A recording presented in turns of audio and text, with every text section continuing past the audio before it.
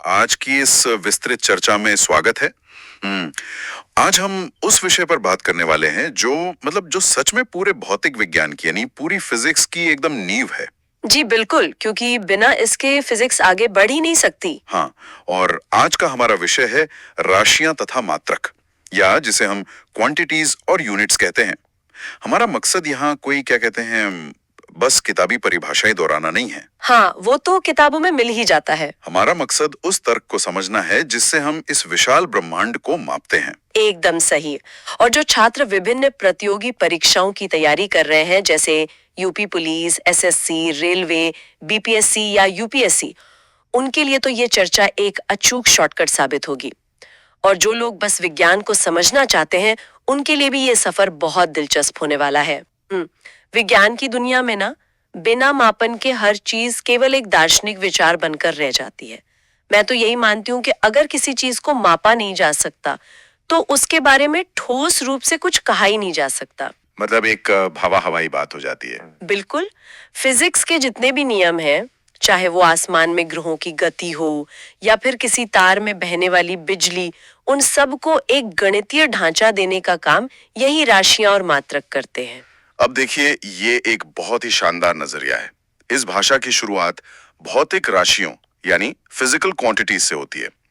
अगर इसको हम बहुत ही सरल और व्यवहारिक भाषा में समझें, तो ब्रह्मांड की कोई भी ऐसी चीज जिसे मापा जा सके और एक संख्या या नंबर के जरिए बताया जा सके, वो भौतिक राशि है। हाँ, जैसे किसी इंसान का वजन कितना है, या गाड़ी कितनी तेज चल रही है, या फिर आज बाहर कितनी गर्मी है। इन सब को हम नंबर्स में बता सकते हैं, इसलिए ये भौतिक राशियां हैं। और यहीं से फिजिक्स का पहला बड़ा वर्गीकरण शुरू होता है। इन राशियों को उनके स्वभाव के अनुसार दो मुख्य हिस्सों में बांटा जाता है, परिमाण और दिशा के आधार पर। पहली श्रेणी है अदिश राशि, जिसे हम अंग्रेजी में स्केलर क्वांटिटी कहते हैं। इसके नाम में ही इसका अर्थ छुपा है, अदिश यानी बिना दिशा के, जिसमें कोई डायरेक्शन ना हो। हाँ, इसमें केवल परिमाण या मैग्नीट्यूड होता है। मतलब इसमें सिर्फ ये बताया जाता है कि कितना है, ये बिल्कुल नहीं बताया जाता कि किस तरफ है। यही इसका मूल सिद्धांत है। जैसे द्रव्यमान यानी मास, दूरी, चाल, समय, ऊर्जा, ताप या विद्युत धारा। अगर मैं कहूं कि किसी बोरी में 5 किलोग्राम चावल है, तो वो 5 किलोग्राम ही रहेगा, चाहे उस बोरी का मुख उत्तर की ओर हो या दक्षिण की ओर। दिशा बदलने से मास पर तो कोई असर पड़ने वाला नहीं है। एकदम सही। इसी कारण से कार्य, दाब और तापमान जैसी राशियां अदिश होती हैं, क्योंकि उन्हें दिशा से कोई फर्क नहीं पड़ता। अब इसके ठीक विपरीत दूसरी श्रेणी आती है सदिश राशि या वेक्टर क्वांटिटी। इसमें परिमाण के साथ साथ दिशा का होना भी अनिवार्य है। बिना डायरेक्शन की जानकारी अधूरी ही मानी है। हाँ, विस्थापन, वेग, त्वरण, बल और संवेग इसके बेहतरीन उदाहरण है। इसको ना रोजमर्रा की जिंदगी के एक उदाहरण से समझते हैं। मान लीजिए ये बताया जाए कि एक गाड़ी 50 किलोमीटर प्रति घंटे की रफ्तार से चल रही है, तो ये जानकारी उस गाड़ी की चाल यानी स्पीड बताती है, जो एक अदिश राशि है। अब इसी उदाहरण को अगर थोड़ा और आगे बढ़ाएं, मान लीजिए आगे सड़क पर एक गहरी खाई है। अब ये जानना बहुत जरूरी हो जाता है कि वो गाड़ी 50 किलोमीटर प्रति घंटे की रफ्तार से किस दिशा में जा रही है। अरे बाप रे, अगर खाई की दिशा में जा रही है तो कहानी खत्म।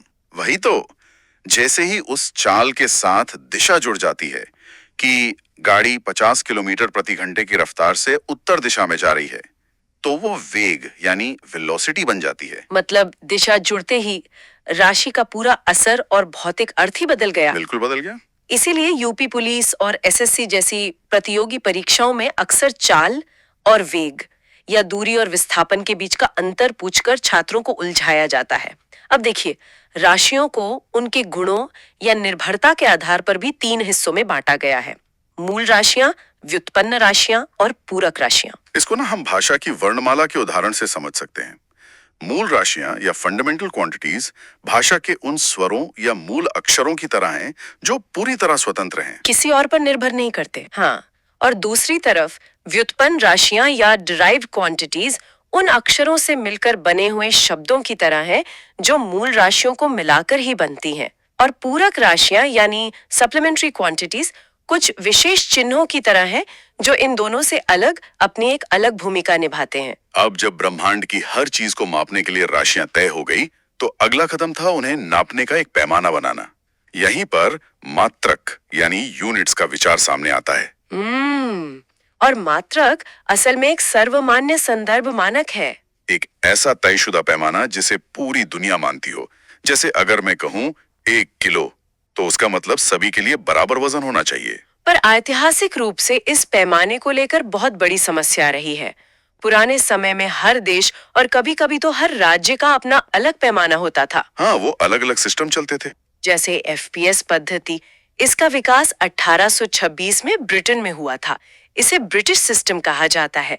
इसमें लंबाई को फुट में, द्रव्यमान को पाउंड में, जहां 1 पाउंड लगभग 453 ग्राम होता है, और समय को सेकंड में मापा जाता था।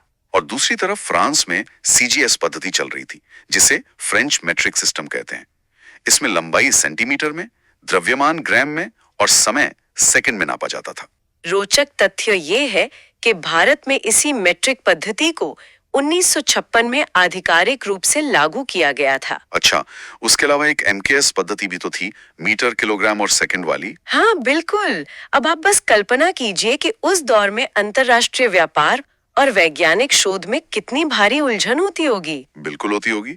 एक वैज्ञानिक अपना रिसर्च फुट और पाउंड में छाप रहा है और दूसरा बेचारा उसे मीटर और किलोग्राम में समझने की कोशिश में लगा है। इसी भारी भ्रम और कई हादसों से बचने के लिए वैज्ञानिक समुदाय को एक सार्वभौमिक भाषा की जरूरत महसूस हुई। और यही वो ऐतिहासिक मोड़ था जहां एसआई पद्धति यानी स्टैंडर्ड इंटरनेशनल का जन्म हुआ। तो मैं ये सोच रहा था कि 1907 में फ्रांस के पेरिस में हुए उस अंतर्राष्ट्रीय अधिवेशन में आखिर तय क्या हुआ। उन्होंने विज्ञान की दुनिया का एक शांति समझौता तैयार किया। उस अधिवेशन में पूरी दुनिया के लिए 7 मूल एसआई मात्रक और 2 पूरक मात्रक तय किए गए, जिन्हें आज हर जगह मान्यता प्राप्त है। वो 7 मूल मात्रक कौन से हैं? लंबाई के लिए मीटर, द्रव्यमान के लिए किलोग्राम और समय के लिए सेकंड को मानक मान लिया गया। परीक्षाओं के दृष्टिकोण से यहाँ कुछ बहुत ही ट्रिकी सवाल बनते हैं, जैसे तापमान का एसआई मात्रक। छात्र अक्सर एग्जाम में जल्दबाजी में डिग्री सेल्सियस पर टिक कर आते हैं। और ये एक बहुत ही आम गलती है, जिसका फायदा पेपर सेट करने वाले उठाते हैं। तापमान का एसआई मात्रक केल्विन है, सेल्सियस नहीं। दोनों में फर्क है। वही तो। इसी तरह विद्युत धारा यानी इलेक्ट्रिक करंट का मात्रक एम्पियर है। ज्योति तीव्रता मतलब प्रकाश की चमक या लुमिनस इंटेंसिटी को मापने का मात्रक कैंडेला है। और रसायन विज्ञान या केमिस्ट्री में किसी पदार्थ की मात्रा मापने के लिए उसके लिए मोल का उपयोग किया जाता है। और जो 2 पूरक मात्रक या सप्लीमेंट्री यूनिट्स तय किए गए, उनका उपयोग कहाँ होता है? वो ज्यामिति यानी ज्योमेट्री से जुड़े हैं। समतर कोण या प्लेन एंगल को मापने के लिए रेडियन का उपयोग होता है, जो हम कागज पर 2D में बनाते हैं। हाँ, वो डिग्री वाला। बिल्कुल। और घन कोण या सॉलिड एंगल यानी 3D कोण, जैसे किसी आइसक्रीम कोन के अंदर का हिस्सा, उसे स्टेरेडियन में मापा जाता है। अरे वाह, आइसक्रीम कोन वाला उदाहरण बहुत सटीक है। अब ये 9 मात्रक तो हमारी रोजमर्रा की दुनिया या किसी लैब के लिए एकदम सही हैं। लेकिन जब हम दूरबीन से अंतरिक्ष को देखते हैं, तो दूरियां इतनी विशाल हो जाती हैं कि मीटर या किलोमीटर तो बिल्कुल बौने लगने लगते हैं। हाँ, अंतरिक्ष के स्तर पर किलोमीटर में बात करना वैसा ही है जैसे एक शहर से दूसरे शहर की दूरी को आप मिलीमीटर में नापने बैठ जाएं। वो तो पागलपन हो जाएगा। इसीलिए खगोल विज्ञान या एस्ट्रोनॉमी में दूरी मापने के लिए खगोलीय मात्रकों का प्रयोग किया जाता है। इसमें सबसे प्रसिद्ध नाम है प्रकाश वर्ष या लाइट ईयर। अब यहाँ एक और बड़ा एग्जाम वाला जाल बिछा होता है। नाम में वर्ष या ईयर लगा है, तो अक्सर लोग सोचते हैं कि ये समय नापने की इकाई होगी। और यही वो जाल है जिसमें बच्चे फंसते हैं। प्रकाश वर्ष समय की नहीं बल्कि दूरी की इकाई है। निर्वात या वैक्यूम में प्रकाश 1 साल में जितनी दूरी तय करता है, उसे 1 प्रकाश वर्ष कहते हैं। और प्रकाश की गति तो लगभग 3 लाख किलोमीटर प्रति सेकंड होती है। जरा सोचिए, जब ये स्पीड पूरे 1 साल तक चलती रहे, तो ये दूरी लगभग 9.46 गुणा 10 की घात 15 मीटर बनती है। बाप रे, ये कल्पना से परे एक विशाल दूरी है। लेकिन दूरी मापने की सबसे बड़ी इकाई प्रकाश वर्ष भी नहीं है, वो है पारसेक। हाँ, यूपीएससी और स्टेट पीसीएस एग्जाम्स में अक्सर पूछते हैं कि पारसेक और प्रकाश वर्ष में क्या संबंध है। पारसेक दूरी मापने का सबसे बड़ा प्रायोगिक मात्रक है। 1 पारसेक 3.26 प्रकाश वर्ष के बराबर होता है।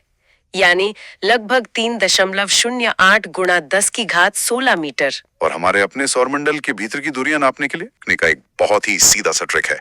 सबसे बड़ा है पारसेक, जो ब्रह्मांडीय स्तर की दूरियों के लिए है। उससे छोटा है प्रकाश वर्ष, जो तारों के बीच की दूरी नापता है। और सबसे छोटा है एयू, जो हमारे सौरमंडल के अंदर काम आता है। यानी पारसेक सबसे बड़ा, फिर प्रकाश वर्ष और फिर खगोलीय मात्रक। एग्जैक्टली। और अगर ये लॉजिक याद रहे तो एग्जाम में रटने की जरूरत ही नहीं पड़ेगी। और विशाल दूरियों से अगर हम एकदम सूक्ष्म दुनिया की तरफ आएं, जैसे परमाणुओं या प्रकाश की वेवलेंथ को मापना हो, तो वहां एंगस्ट्रॉम का प्रयोग किया जाता है। एक एंगस्ट्रॉम 10 की घात -10 मीटर के बराबर होता है। हमारे नोट्स में कुछ और भी बहुत ही स्पेसिफिक मात्रक दिए गए हैं, जो एग्जाम ट्रिविया के रूप में डायरेक्ट पूछे जाते हैं। जैसे द्रव्यमान नापने के लिए आमू या एटॉमिक मास यूनिट होता है। हाँ, जो लगभग 1.66 गुणा 10 की घात -27 किलोग्राम के बराबर होता है। और एक बहुत भारी मात्रक है स्लग, जो 14.59 किलोग्राम के बराबर होता है। अंतर्राष्ट्रीय बाजार में कच्चे तेल की कीमतें हम हमेशा बैरल में सुनते हैं। एक बैरल में लगभग 158.98 लीटर कच्चा तेल होता है। एकदम सही। समय का एक अत्यंत सूक्ष्म मात्रक भी ध्यान रखने लायक है, शेक। परमाणु भौतिकी में इसका इस्तेमाल होता है और एक शेक 10 की घात -8 सेकंड के बराबर होता है। और खगोल विज्ञान में तारों की उम्र समझने के लिए चंद्रशेखर सीमा का भी उपयोग होता है ना? हाँ, यह भारतीय वैज्ञानिक सुब्रमण्यम चंद्रशेखर के नाम पर रखी गई सीमा है, जो सूर्य के द्रव्यमान का 1.4 गुना होती है। इसका मतलब क्या होता है?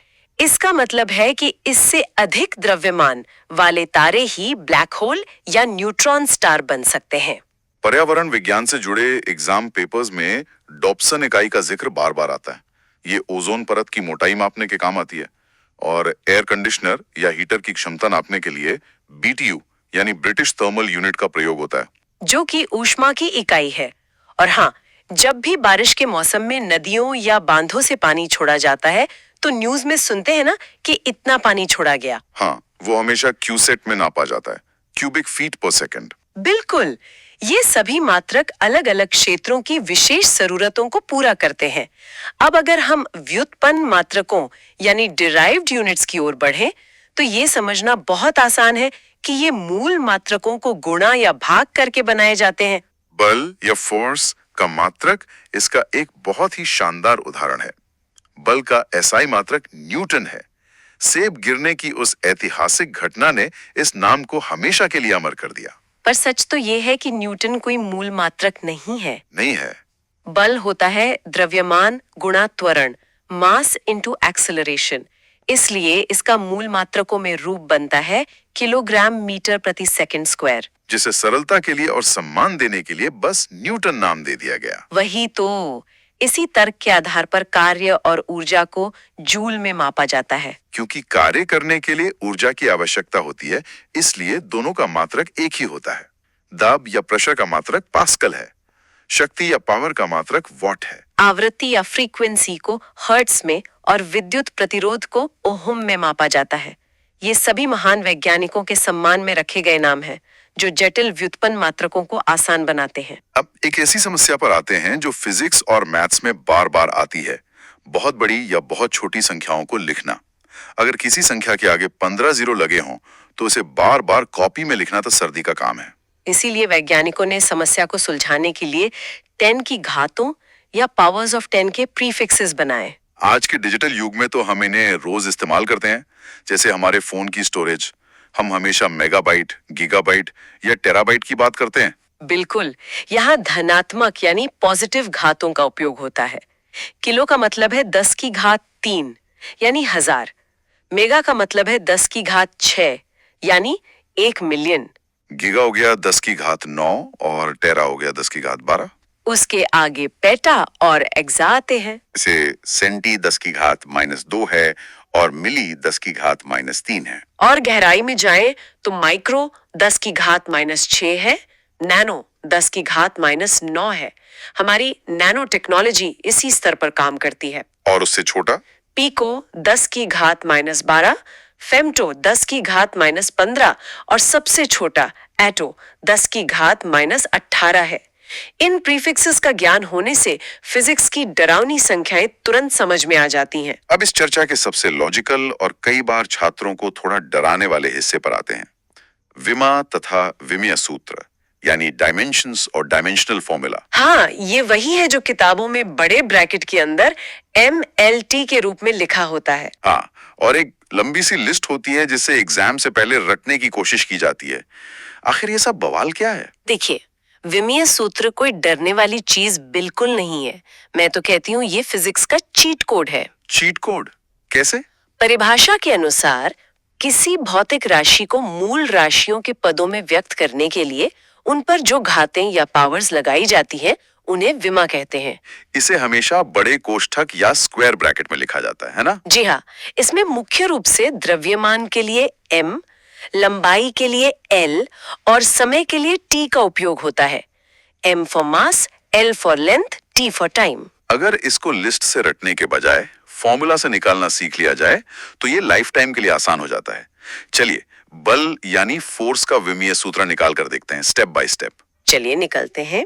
बल का फॉर्मूला होता है मास इंटू एक्सेलरेशन, यानी द्रव्यमान गुणा त्वरण। द्रव्यमान की विमा तो सीधी सीधी M हो गई। ठीक है, अब त्वरण क्या है?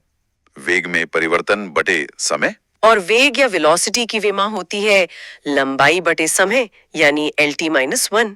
जब हम इसे एक और समय यानी T से भाग देते हैं तो त्वरण की विमा बन जाती है LT-2। और अब जब हम द्रव्यमान m को त्वरण LT-2 के साथ गुणा करते हैं तो हमें बल का अंतिम विमीय सूत्र मिल जाता है MLT-2।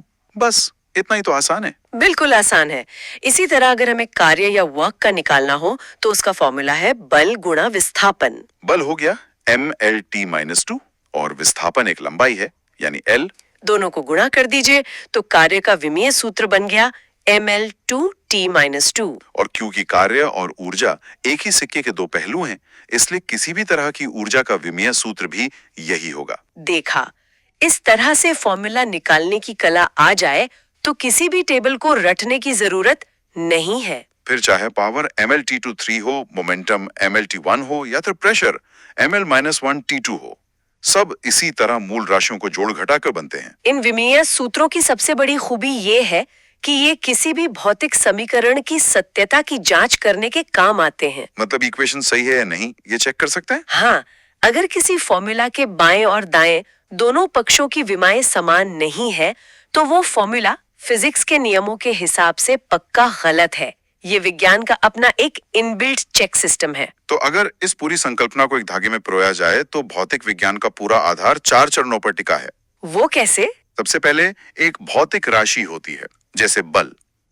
फिर उस राशि को मापने के लिए एक मापन पद्धति चुनी जाती है जैसे SI सिस्टम। उस पद्धति में उसका एक मात्रक तय होता है जैसे न्यूटन, और अंत में उसका एक विमीय सूत्र बनता है जैसे MLT-2 जो उसके मूल DNA को दर्शाता है। वाह, ये संरचना आपने बहुत ही सटीक ढंग से समझाई। इसी क्रमिक ढांचे से संपूर्ण फिजिक्स के नियमों को मापा, परीक्षण किया और दुनिया के सामने प्रस्तुत किया जाता है। इसके बिना ना तो कोई पुल बनाया जा सकता है और ना ही अंतरिक्ष में कोई रॉकेट भेजा जा सकता है। आज की इस विस्तृत चर्चा में हमने बुनियादी मीटर और किलोग्राम के इतिहास से लेकर पूरे ब्रह्मांड को नापने वाले विशाल पारसेक और फिजिक्स के समीकरणों को परखने वाले विमीय सूत्रों तक का एक शानदार सफर तय किया है। प्रतियोगी परीक्षाओं की तैयारी करने वालों के लिए ये एक बहुत ही मजबूत नींव का काम करेगी, जिससे सवालों को रटने के बजाय उनके पीछे का असली तर्क समझा जा सके। और इस चर्चा को विराम देने से पहले एक बहुत ही रोचक और विचारणीय प्रश्न पर ध्यान देना जरूरी है। कैसा प्रश्न? देखिए, आज हमने जिन SI मात्रकों की चर्चा की, मीटर, किलोग्राम, सेकंड, ये सब तो मानव निर्मित मानक हैं, जिन्हें कुछ इंसानों ने मिलकर पेरिस के एक कमरे में तय किया था। इसमें तो कोई शक नहीं कि इंसान की सुविधा के लिए बनाया गया एक सिस्टम है। लेकिन जरा कल्पना कीजिए, अगर भविष्य में कभी हमारा संपर्क किसी ऐसी एलियन सभ्यता से हो जाए जिसके भौतिक मानक और इकाइयां हमसे बिल्कुल अलग हो। बाप रे, फिर तो कम्युनिकेशन ही फेल हो जाएगा। वही तो, उनके ग्रह का गुरुत्वाकर्षण अलग हो, उनके दिन और साल की लंबाई अलग हो, तब हम उन्हें अपने ब्रह्मांड का आकार, पृथ्वी की दूरी या किसी वस्तु का द्रव्यमान कैसे समझाएंगे? ये तो सच में सोचने वाली बात है। क्या ब्रह्मांड में कोई ऐसी यूनिवर्सल यूनिट या सार्वभौमिक इकाई हो सकती है जो पृथ्वी पर भी वैसी ही हो और करोड़ों प्रकाश वर्ष दूर किसी अन्य आकाश गंगा में भी वैसी ही हो? क्या बात है! ये बिल्कुल सोचने पर मजबूर कर देता है कि क्या हमारी फिजिक्स की भाषा सच में पूरे ब्रह्मांड के लिए है, या ये सिर्फ हमारी इस छोटी सी दुनिया तक ही सीमित है। ये एक ऐसा रोमांचक और रहस्यमय विचार है जो हमें विज्ञान को और गहराई से समझने के लिए प्रेरित करता है। इसी विचार के साथ हम आज की इस विस्तृत चर्चा का समापन करते हैं। विज्ञान के इन रहस्यों को अपने आसपास